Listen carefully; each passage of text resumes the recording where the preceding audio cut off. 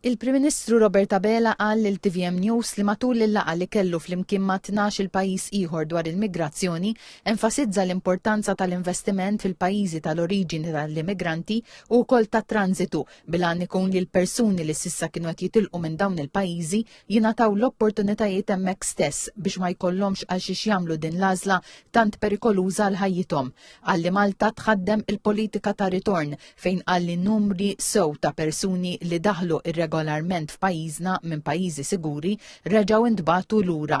Wieħed mill-punti ewlenin ta' dan is-summit kien is-self mill-Unjoni Ewropea lill-Ukrajna u l-ifriżar tal-assi Russi li jinsabu l-Belġu, punt li sab reżistenza mill-Prim Ministru Belġan Bart De Wever minħabba li jrid iktar garanziji biex jitħares pajjiżu. Robert Abela qal li dwar is-self lill-Ukrajna Malta wkoll talbet iktar kjarifiċi. Ġifieri ħankun ċar aħna bħala pajjiż qegħdin nappoġġjaw, però hemm ħafna u ħafna domandi li jridu jiġu mwieġba u kien għalhekk ukoll li l-konklużjonijiet f'dan ir-rigward il-bieraħ kienu relattivament ġeneriċi u mbagħad f'Diċembru ningħataw ir-risposti li ġew mitluba li jingħataw anke minni l-ewwel wieħed tlabt li jkun hemm kjarifiċi ta' natura legali dwar se jkunu responsabbiltajiet ta' kull stat membru, x'jistgħu jkunu l-impatti negattivi fuq u jekk wieħed imur lejn din it-triq, però l-prinċipju jibqa' wieħed li rridu ngħinu lill-Ukrajna u rridu ngħinuha bis-saħħa. Punt ieħor diskuss matul dan is-summit kien it-tibdil fil-klima. Il-Prim Ministru Robert Abela għamilha ċara li għandhom jintlaħqu il-miri klimatiċi imma m'għandhomx jintlaqtu iċ-ċittadini u n-negozji.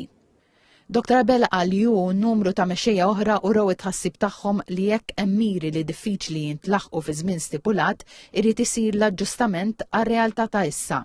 Intervent tiegħi hemmhekk ifoka ħafna fuq li din il-bidla ma tistax issir bi preġudizzju tan-nies. Dak li qed nagħmlu f'pajjiżna aħna li nipproteġu lill poplu tagħna li filwaqt li nimxu lejn it-targets klimatiċi fl-istess waqt il-pis finanzjarju tagħhom jintrefa' mill-gvern. Però r-realtà turik ukoll li hemm bżonn element ta' flessibilità.